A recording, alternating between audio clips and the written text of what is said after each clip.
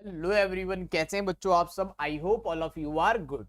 बच्चों आज नया टॉपिक स्टार्ट करना है अपनी टैक्स की क्लास में। ठीक है, अभी हमने क्या क्या पढ़ लिया। सबसे पहले हमने सीखा टैक्स लायबिलिटी कैलकुलेट।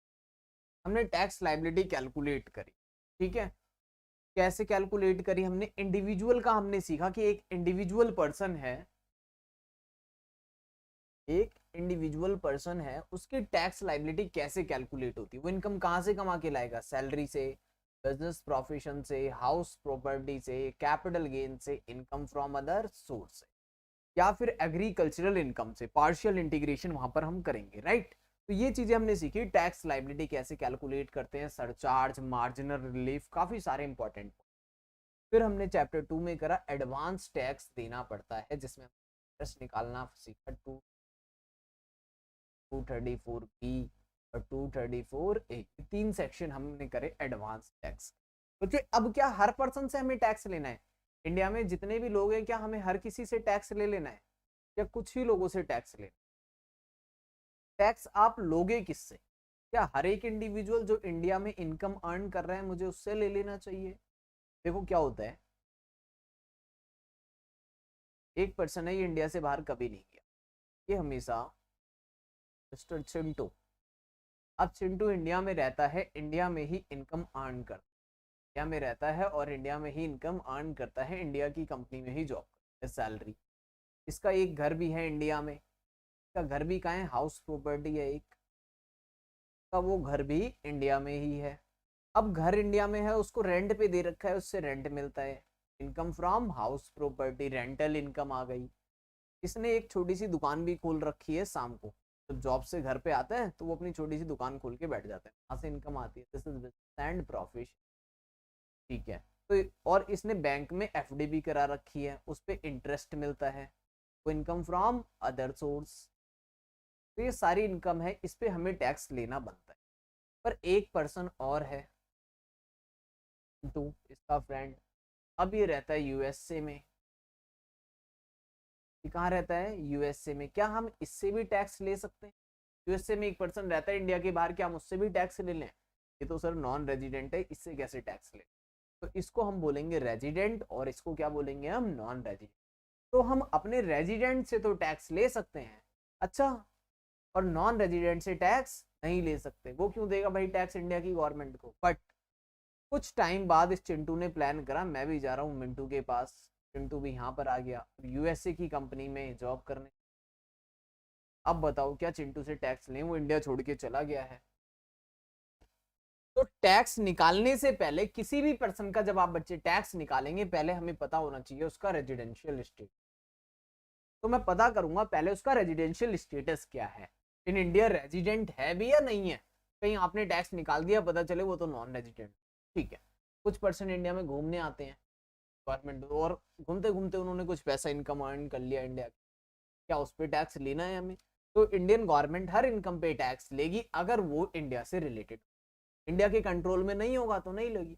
एक पर्सन है यूएस में रहता है, यूएस में ही कमाता है, वहीं रहता है, उससे हमें क्या मतलब, वो तो।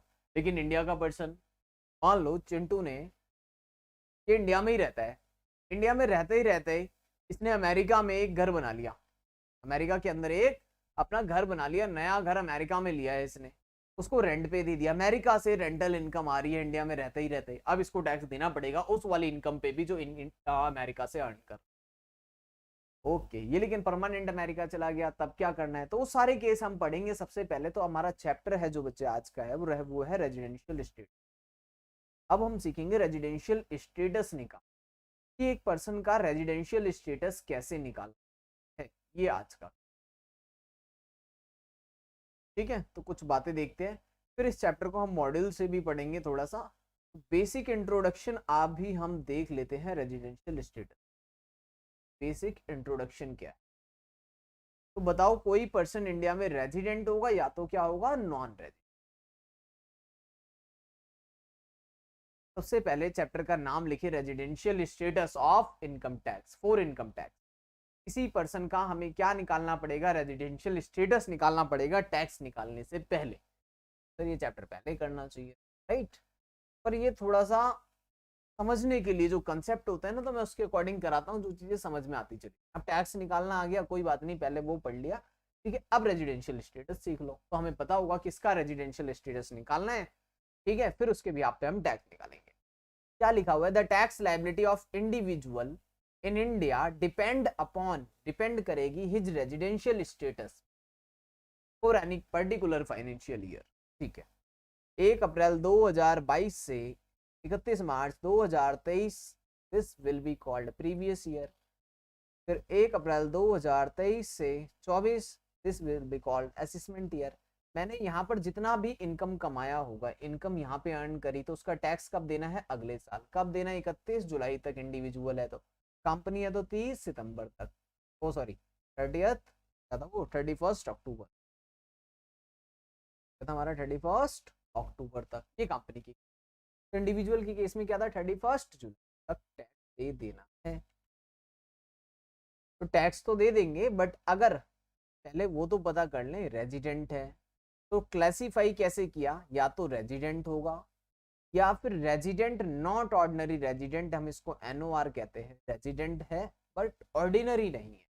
फिर है नॉन रेजिडेंट। तो 3 कैटेगरी है बच्चों हमारे पास, रेजिडेंट, नॉट ऑर्डिनरी रेजिडेंट और नॉन रेजिडेंट, ठीक है। तो रेजिडेंट क्या हो सकता है, ऑर्डिनरी भी हो सकता है, ये ऑर्डिनरी भी हो सकता है, ठीक है, या फिर नॉट ऑर्डिनरी। ये क्या चीजें होती हैं अभी समझते, ठीक है।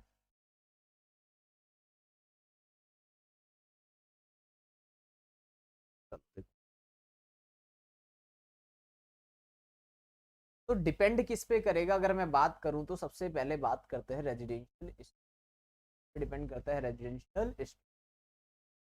जो रेजिडेंशियल स्टेटस है किसी भी पर्सन का, अगर मुझे रेजिडेंशियल स्टेटस निकालना है किसी से, पहले मैं चेक करूंगा वो रेजिडेंट है या नहीं। या तो वो रेजिडेंट होगा या तो नॉन रेजिडेंट होगा, खत्म हो गई कहानी। Yes sir. कैसे पता चलेगा, कुछ गवर्नमेंट ने रूल तो बताए होंगे रेजिडेंट के लिए।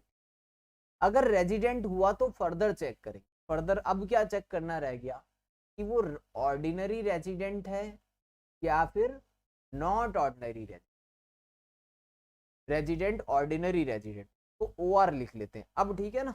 ऐसे या तो वो ऑर्डिनरी रेजिडेंट होगा या फिर नॉट ऑर्डिनरी। अगर नॉन रेजिडेंट है तो बात ही खत्म हो गई फिर तो रेजिडेंशियल स्टेटस में हमें इतना ही पढ़ना है बस। क्या पर्सन, जो अपना पर्सन है जिसकी आप टैक्स लायबिलिटी निकाल रहे हो, वो रेजिडेंट है। अगर रेजिडेंट है तो कौन से वाला है, ऑर्डिनरी वाला या फिर नॉट ऑर्डिनरी, ठीक है। अगर नॉन रेजिडेंट है तो कहानी खत्म हो गई। फिर इसके बाद हम पढ़ेंगे कौन सी इनकम पे टैक्स ऑर्डिनरी से लेना है। ऑर्डिनरी तो कहीं पे भी है, अगर इंडिया का ऑर्डिनरी रेजिडेंट है, वो इनकम पूरे वर्ल्ड में कहीं से भी कमा ले, सारी इनकम पे टैक्स इंडिया में देना पड़ेगा। नॉट ऑर्डिनरी को कौन सी इनकम पे टैक्स देना है इंडिया में, नॉट ऑर्डिनरी मतलब ऑर्डिनरी रेजिडेंट जैसे मैं हूँ भाई, मैं तो हमेशा इंडिया में ही रहता हूँ, कभी इंडिया से बाहर जाता गया, अभी तो 1 आध दिन के लिए गए, घूम के फिर आ गए वापस।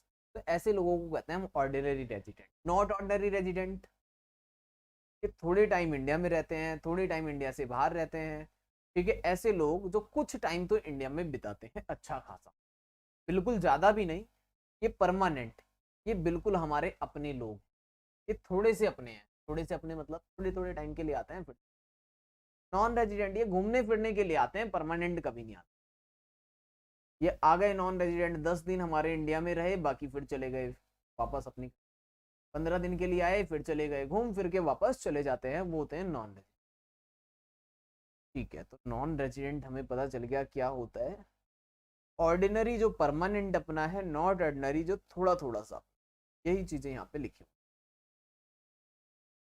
ठीक है। तो इसके बारे में आगे चलते हैं और सीखते हैं। सबसे पहले रेजिडेंशियल स्टेटस हमने पढ़ा, रेजिडेंशियल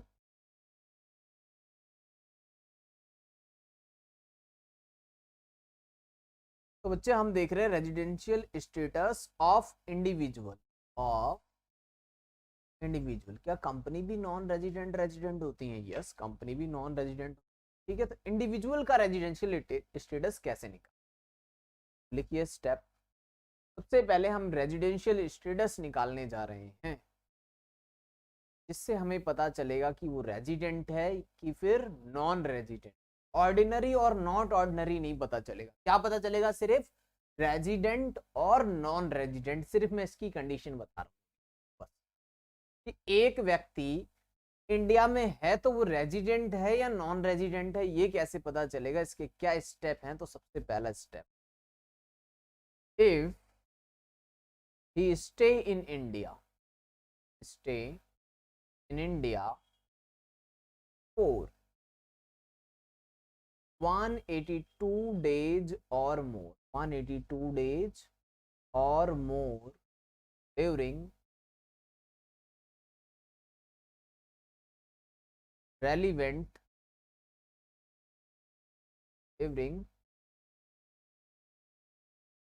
previous year, relevant, ठीक है।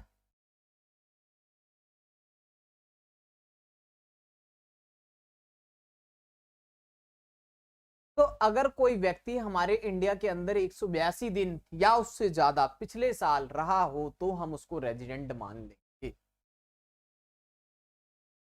ओके, क्या कोई और कंडीशन भी है?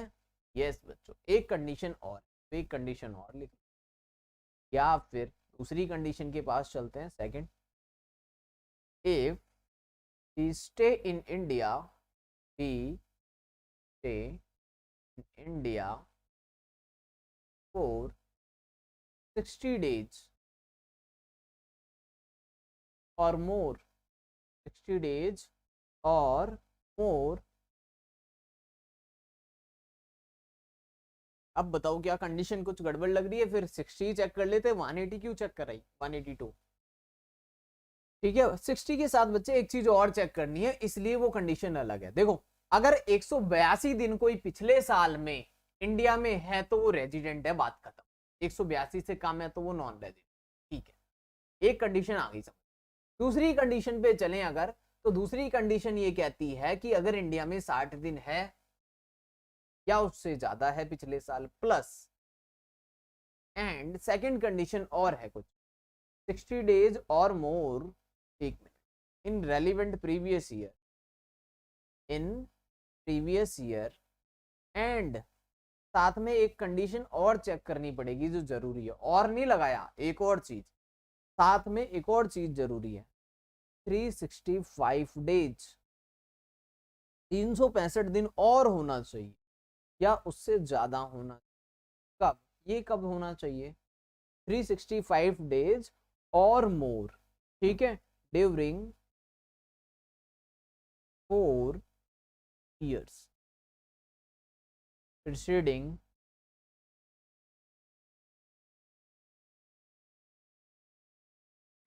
the relevant previous, ठीक है।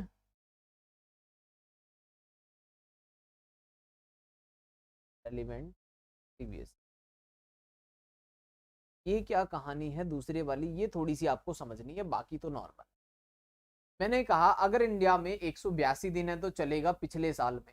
पिछले साल मतलब अगर मुझे असिस्मेंट ईयर, देखो आपको बोला मैंने प्रीवियस ईयर है हमारा 22-23, 22 से 23, और असिस्मेंट ईयर है 23 से 24। तो प्रीवियस ईयर का अगर मैं रेजिडेंशियल स्टेटस निकाल रहा हूँ, 22-23 का अगर मुझे रेजिडेंशियल स्टेटस निकालना है तो कैसे निकालेंगे? अगर 182 दिन इंडिया में है 22-23 में तो खत्म हो गई बात, तो रेजिडेंट है। अगर 182 नहीं है तो चेक करो दूसरी कंडीशन, क्या वो 60 दिन इंडिया में था? यस सर, 60 दिन इंडिया में था।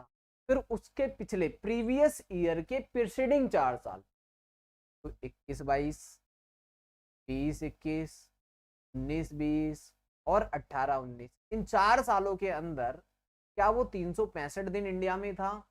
यही लिखा हुआ है देखो, ही स्टे इन इंडिया 60 डेज और मोर इन प्रीवियस ईयर, साथ में 365 दिन होना चाहिए, 4 प्रीसीडिंग मतलब पिछले, पिछले वाले को छोड़ के उसके पिछले 4 सालों में, प्रीवियस ईयर के पीछे के 4 सालों में।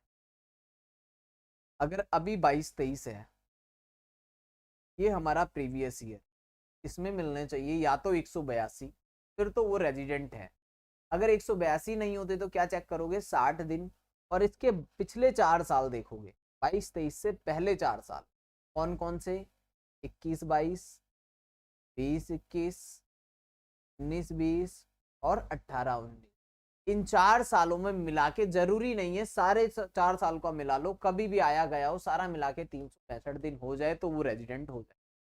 तो 2 कंडीशन है बच्चे हमारे पास, ये लिख लो पहले तो अब, ठीक है, कि 2 कंडीशन से रेजिडेंट हमें पता चल जाए कि रेजिडेंट है या नहीं है। ये कितनी कंडीशन से पता चलेगा कि 2, या तो 182 दिन या फिर पिछले साल में कितने, प्रीवियस ईयर में 60 दिन और उसके पिछले 4 सालों में 365 दिन। ठीक है, ये 2 कंडीशन लिखो, इससे आपको क्या पता चलेगा, रेजिडेंशियल स्टेटस। ये नोट डाउन करो, ठीक है। तो कोई भी इंडिविजुअल, एक लाइन और लिख लेना यहाँ पर, ठीक है, पहले यहाँ से यहाँ तक नोट कर लो, ठीक है, वीडियो को स्टॉप करके आराम से नोट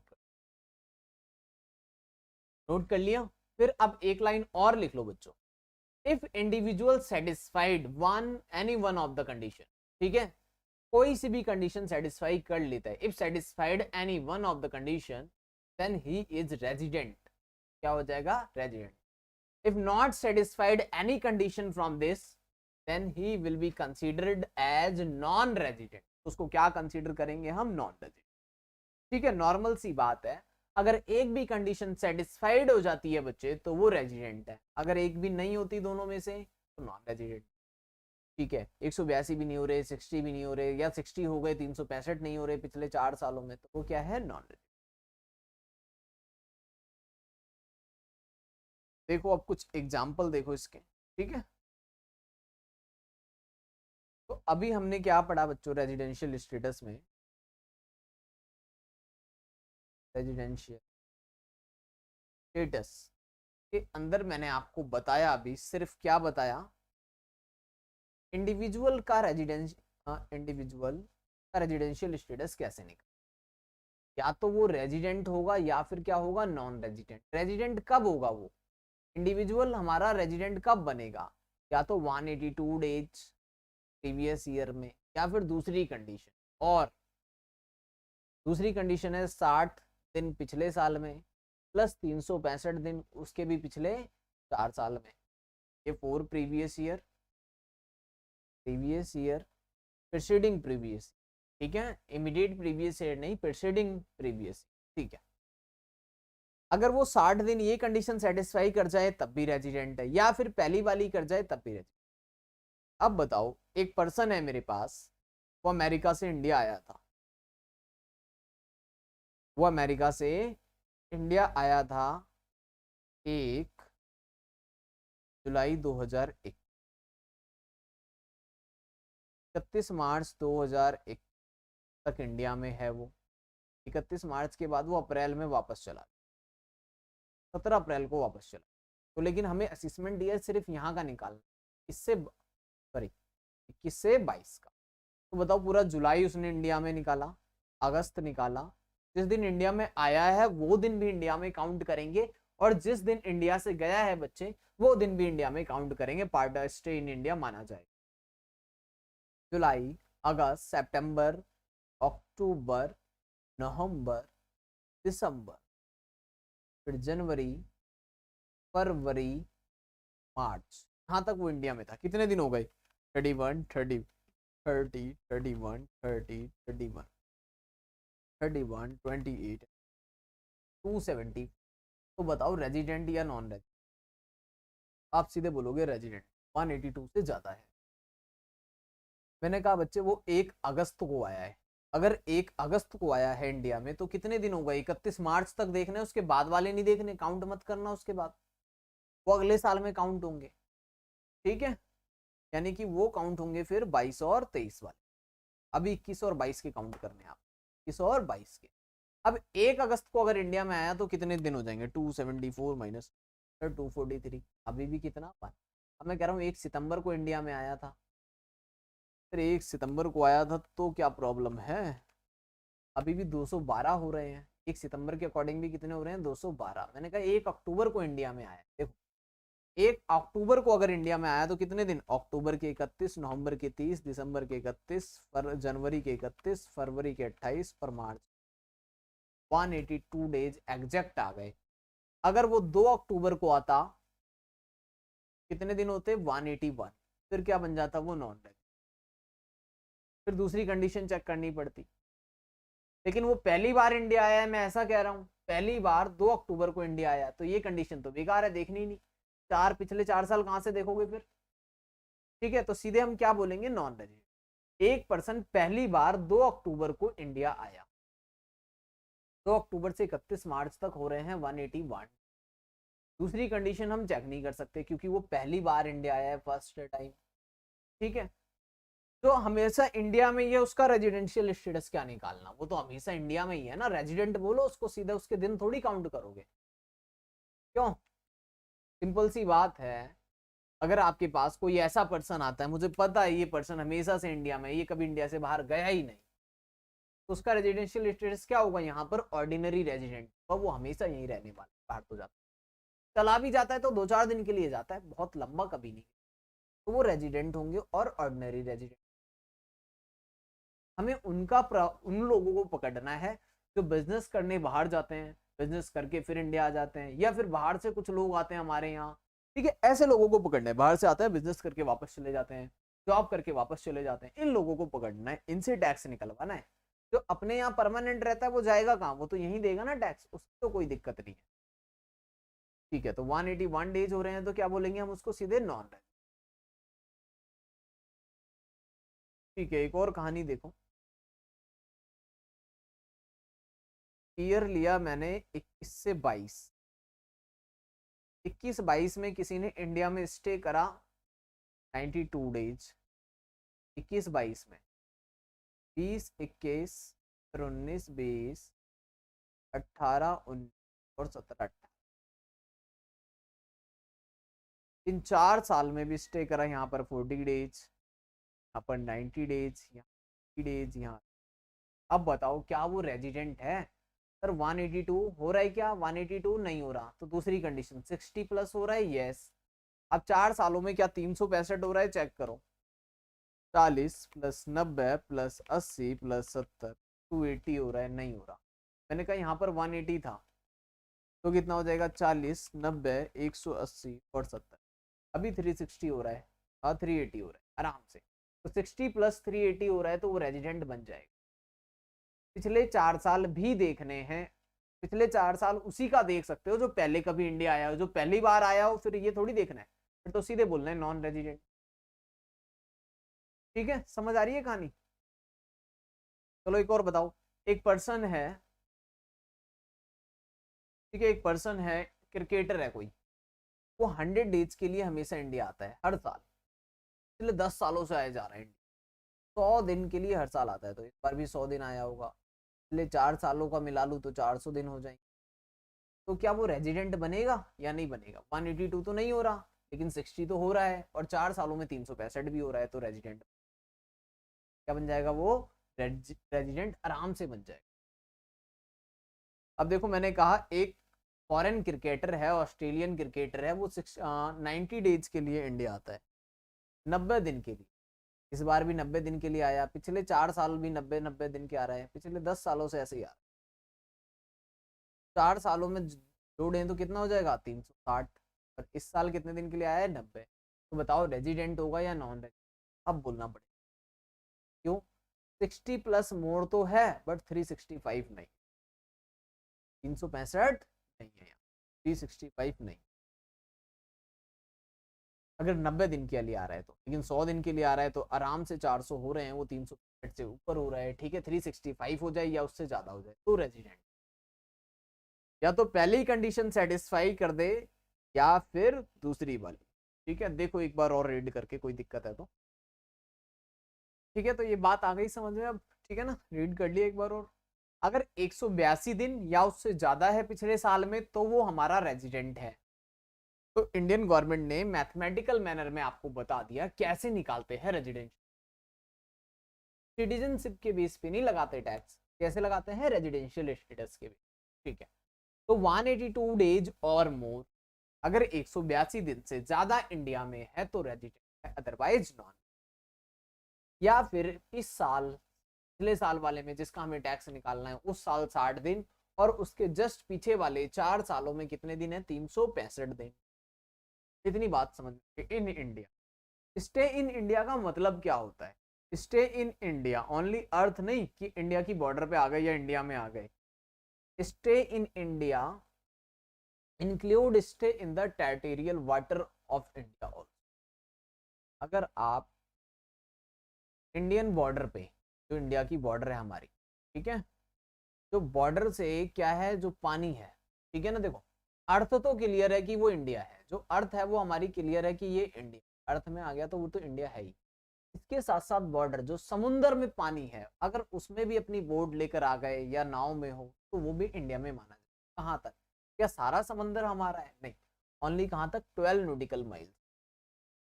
ठीक है, 1 नॉटिकल माइल्स में 2 किलोमीटर के आसपास होते हैं, 1.8 किलोमीटर। ठीक है, तो 12 नॉटिकल माइल्स तक वो हमारा माना।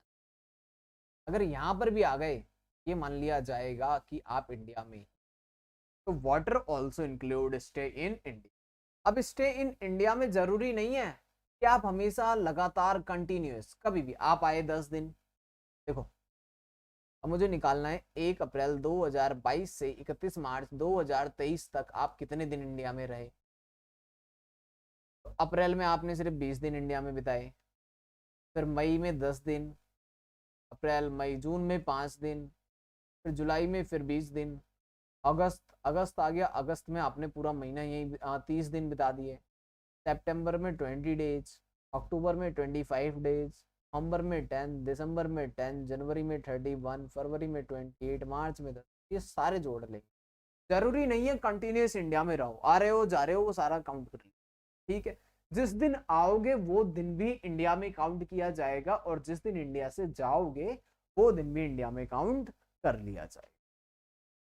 ठीक है, तो स्टे इन इंडिया अर्थ तो है ही, जो हमारी बॉर्डर है, जो हमारी जमीन है वो तो है ही भारत की, के साथ साथ चारों तरफ जो समुंदर में 12 नॉटिकल माइल्स तक वो भी हमारा है। तो वहां पर भी क्या माना जाएगा, स्टे इन इंडिया।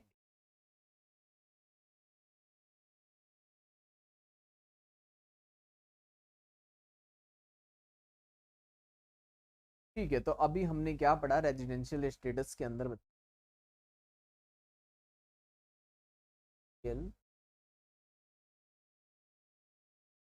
में मैंने आपको बताया रेजिडेंशियल स्टेटस कैसे निकाल। या तो कोई पर्सन रेजिडेंट होगा, क्या होगा, रेजिडेंट, या फिर क्या होगा, नॉन। अब रेजिडेंट होगा वो कैसे पता चलेगा, या तो वो 182 दिन इंडिया में बिता दें, 182 डेज और मोर। ठीक है, एक कंडीशन ये है, अगर ऐसा नहीं कर पाता 182 डेज, ठीक है, 182 डेज अगर इंडिया में नहीं रह पाता, की कंडीशन है 60 days in previous year plus 365 days in preceding previous. ये वाली कंडीशन सेटिस्फाइड हो जाए या ये हो जाए, दोनों में से कोई भी एक हो जाए तो रेजिडेंट, अदरवाइज नॉन। अब अगली कहानी देखो, अगर कोई पर्सन रेजिडेंट बन जाता है तो क्या करना है। अगर कोई पर्सन रेजिडेंट बन जाता है तो हमें चेक करना है हमारा ऑर्डिनरी रेजिडेंट या फिर नॉट ऑर्डिनरी। अब इनकम टैक्स की बात करूं बच्चों, तो इनकम टैक्स में ना इसकी डेफिनेशन दे रखी है नॉट ऑर्डिनरी, जो टैक्स लॉ। बाकी हमारी जो बुक्स हैं मॉडल होती हैं उसमें ये वाली दे ऑर्डिनरी। लॉ के अकॉर्डिंग अगर देखें तो नॉट ऑर्डिनरी है, नॉर्मल देखें तो ऑर्डिनरी। ठीक है, ऑर्डिनरी रेजिडेंट कौन होता है, ऑर्डिनरी रेजिडेंट कौन होता है, तो देखो अभी हमने कितना चेक किया, या तो पिछला साल चेक किया जिसमें 182 डेज हैं, साथ में 4 साल और चेक कर लिया। अब मैं कह रहा हूँ 7 previous year check, 7 preceding previous year, 7 previous year. ठीक है, कौन से वाले, preceding the relevant previous year, the relevant 7 previous year में 730 डेज होना, 730 days or more in 7 previous year preceding the relevant, पिछले 7 सालों में, प्रीवियस ईयर को छोड़ के उसके पीछे के 7 सालों में 730 होने चाहिए। साथ में एंड दूसरी कंडीशन भी हमारे 2 टाइम्स वो क्या होना चाहिए, रेजिडेंट होना, 2 times resident out of 10 previous of 10 preceding the relevant. अब ये क्या कंडीशन है ये समझनी है। ऑर्डिनरी रेजिडेंट बनने के लिए 730 दिन इंडिया में बिताए, कब, पिछले 7 सालों में, ठीक है। 2 times रेजिडेंट हो out of 10 preceding the relevant, ऐसा होगा तो वो हमारा ऑर्डिनरी रेजिडेंट बने, ऐसा होगा तो क्या बन जाएगा, वो हमारा ऑर्डिनरी रेजिडेंट, ठीक है। अब नॉन रेजिडेंट की, नॉट ऑर्डिनरी रेजिडेंट की डेफिनेशन क्या बनेगी, नॉट ऑर्डिनरी, ठीक है। तो लॉ में ये वाली दे रखी है, ये वाली भी तुम्हें लिखवा देता हूँ कि कैसे पढ़नी होती है। 729 days or less in 7 previous year preceding the relevant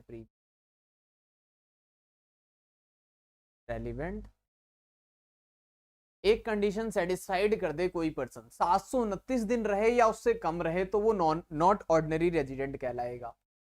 not ordinary resident कब बनेगा कोई, जब 729 दिन या उससे कम रहे, क्योंकि 730 होते ही क्या बन जाएगा, वो ऑर्डिनरी। लेकिन साथ में एक और सेटिस्फाई करनी पड़ेगी, कौन सी, 2 बार रेजिडेंट होना चाहिए 10 सालों में। मैं यहाँ पर क्या कह रहा हूँ, यहाँ पर भी एक और कंडीशन होगी। फिर अगर मैं कह रहा था 2 बार रेजिडेंट होना चाहिए, तभी वो क्या बनेगा, ऑर्डिनरी रेजिडेंट। कितने में से, पिछले 10 सालों में से 2 बार रेजिडेंट। या फिर मैं इसी बात को ऐसे भी तो बोल सकता हूँ, कैसे, दूसरी बात कैसे बोले, he has been non-resident,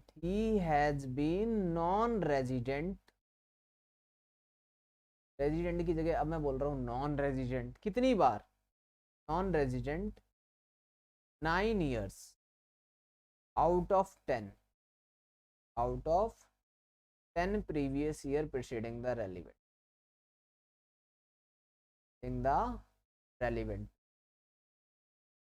बात आई या नहीं आई समझ। देखो मैं क्या कह रहा हूँ, पिछले 10 सालों में कोई पर्सन 9 बार अगर नॉन रेजिडेंट हो गया तो क्या वो 2 बार रेजिडेंट हो पाएगा, नहीं। पिछले 10 सालों में अगर कोई पर्सन 9 बार क्या हो जाए, नॉन रेजिडेंट हो जाए, या फिर पिछले 7 साल में उसने 729 दिन या उससे कम दिन इंडिया में बिताए हैं तो वो नॉन रेजिडेंट।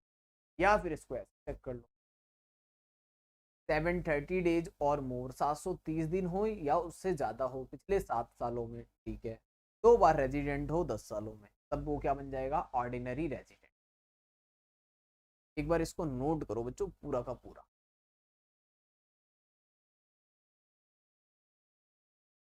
ये दोनों कंडीशन सेम है जो मैंने आपको लिखवाई है, दोनों में कोई फर्क नहीं, दोनों एक ही बात बोल रही हैं, बोथ आर सेम।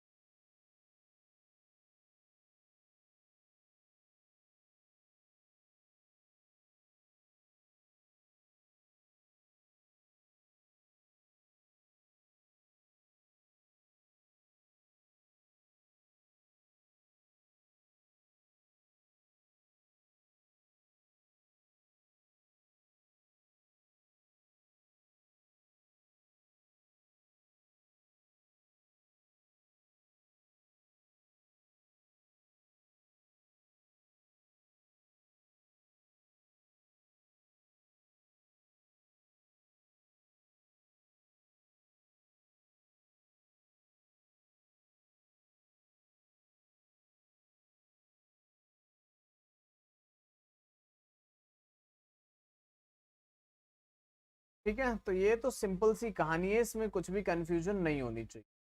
बताओ अगर कोई डाउट है तो। ठीक है, ये तो हो गया नॉर्मल सी बात। ठीक है, तो ऑर्डिनरी की याद कर लो या नॉट ऑर्डिनरी की, एक ही बात है, दोनों में से कोई सी एक कंडीशन अच्छे से याद कर लें, कोई दिक्कत नहीं है, दोनों वैलिड। ठीक है, इनकम टैक्स एक्ट की बात करूं 1961, तो उसमें ये वाली गिवन है, बुक्स में हमारी ये गिवन 730। ठीक है, आप किसी भी राइटर की बुक उठाएंगे, वहाँ पर ये गिवन है। बेस्ट राइटर की बुक अगर मैं बताऊं तो ग्रीस हाउस जो बेस्ट रहती है। ठीक है, यूज कर सकते हैं आप ग्रीस हाउस, काफी बेस्ट होती है, उसमें प्रॉपर इन्फॉर्मेशन हमें मिल जाती है। बाकी कैसे चेक करना है हमें, अगर नॉट ऑर्डिनरी कब बनेगा, कोई पर्सन नॉट ऑर्डिनरी तभी बनेगा जब 729 या उससे कम दिन होने चाहिए 7 ईयर्स में, या फिर 9 बार क्या बन जाए वो नॉन रेजिडेंट बन जाए। कितने सालों में? 10 सालों में। इसी चीज को हम ऐसे भी देख सकते हैं, 730 दिन या उससे ज्यादा बिता दे इंडिया के अंदर preceding the relevant previous year, 2 bar resident बन जाए। अगर कोई पर्सन 2 बार रेजिडेंट हो गया, वो तो 9 बार नॉन रेजिडेंट हो नहीं सकता। ठीक है, तो दोनों में से कोई सी भी याद रख लो। एक बार पूरा चार्ट और देखते हैं, रेजिडेंशियल स्टेटस। अब देखो कैसे निकाल, अब पूरी बात समझ में आएगी ना जब प्रैक्टिकल क्वेश्चन लेंगे। तो थ्योरी पढ़ते हैं तो कम बात समझ में आती है। चलो, इंडिविजुअल का हम निकाल रहे थे बच्चों, या तो पर्सन क्या होगा, रेजिडेंट होगा, या फिर क्या होगा, नॉन रेजिडेंट। रेजिडेंट कैसे पता चलेगा? रेजिडेंट पता चल जाएगा या तो 182 डेज हम चेक कर लेंगे, या फिर दूसरी कंडीशन लगा लेंगे, कौन सी वाली, 60 दिन पिछले साल में और 365 दिन पिछले 4 सालों, 4 ईयर्स, ले 4 सालों में प्रीसीडिंग प्रीवियस। अगर रेजिडेंट हुआ तो आगे बढ़ेंगे, आगे बढ़ेंगे मतलब और चेक करेंगे, कितने साल, 7 ईयर्स और 10 ईयर्स, दोनों कंडीशन सेटिस्फाइड होनी चाहिए, 7 साल भी और 10 साल में भी। ठीक है, क्या पता चलेगा इससे, ऑर्डिनरी रेजिडेंट है या फिर नॉट ऑर्डिनरी रेजिडेंट। तो रेजिडेंशियल स्टेटस 3 टाइप का हो गया, ऑर्डिनरी हो सकता है, नॉट ऑर्डिनरी हो सकता है, या फिर थर्ड क्या है हमारा, नॉन रेजिडेंट। तो ऑर्डिनरी रेजिडेंट के लिए क्या कंडीशन हमने अभी लिखी थी, 730 डेज और मोर, 7 प्रीवियस ईयर में, रेलिवेंट प्रीसीडिंग प्रीवियस ईयर में, याद रखना पिछले वाला नहीं, उससे पिछले। ठीक है, साथ में एक कंडीशन और सेटिस्फाइड होनी चाहिए, ऑप्शन नहीं है, वो भी होनी जरूरी है, 2 बार रेजिडेंट होना चाहिए, 2 बार रेजिडेंट 10 प्रीसीडिंग प्रीवियस ईयर में प्रीसीडिंग। ठीक है, अगर ये दोनों कंडीशन सेटिस्फाइड कर जाए कोई पर्सन, तो वो ऑर्डिनरी है। क्या है वो, ऑर्डिनरी। अगर एक भी रह जाए तो वो नॉट, एक भी रह जाए तो वो क्या है, नॉट ऑर्डिनरी।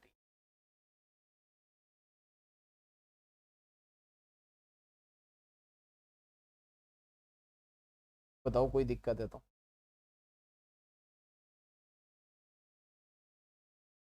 ठीक है, तो 730 दिन पिछले 7 सालों में और 2 बार क्या हो जाए, वो रेजिडेंट हो जाए पिछले 10 प्रीसीडिंग प्रीवियस ईयर में, अगर ये दोनों कंडीशन सेटिस्फाइड करता है तो हम उसको कहते हैं ऑर्डिनरी रेजिडेंट।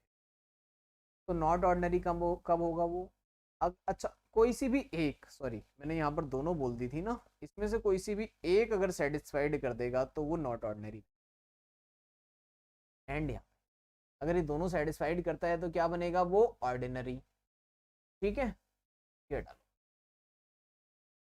समझ आ गया है क्या, देखो अगर उसने 730, अगर एक भी कंडीशन दोनों में से वायलेट हो जाए, दोनों सेटिस्फाइड करेगा तभी तो वो क्या बनेगा, ordinary resident, otherwise not ordinary. Not ordinary के लिए या तो 732 दिन 729 डेज और लेस, अगर 729 डेज से कम है तो वो सीधे सीधे मुझे पता है नॉट ऑर्डिनरी, या फिर 9 टाइम्स, 9 बार non resident 10 preceding previous year, 10 preceding. ठीक है, दोनों में से कोई एक कंडीशन अगर सेटिस्फाई कर जाएगा वो नॉन रेजिडेंट बन जाएगा, क्योंकि ऑर्डिनरी बनने की वो जरूरी है।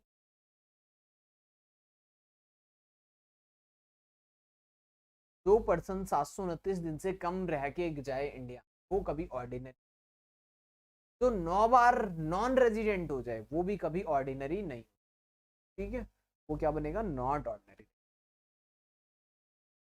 अब चेक करते हैं बच्चों, मैंने वो इंडियन क्रिकेटर वाला एग्जाम्पल लिया था, कोई पर्सन हर साल 100 दिन के लिए 100 डेज स्टे करता है इंडिया, देखना सेम वही एग्जाम। तो पहले पता करते हैं वो 100 दिन इंडिया में रहा हर साल, अभी मान लेते हैं 22 से 23 है, ये हो गया हमारा प्रीवियस ईयर, कि पिछले 4 साल 22 से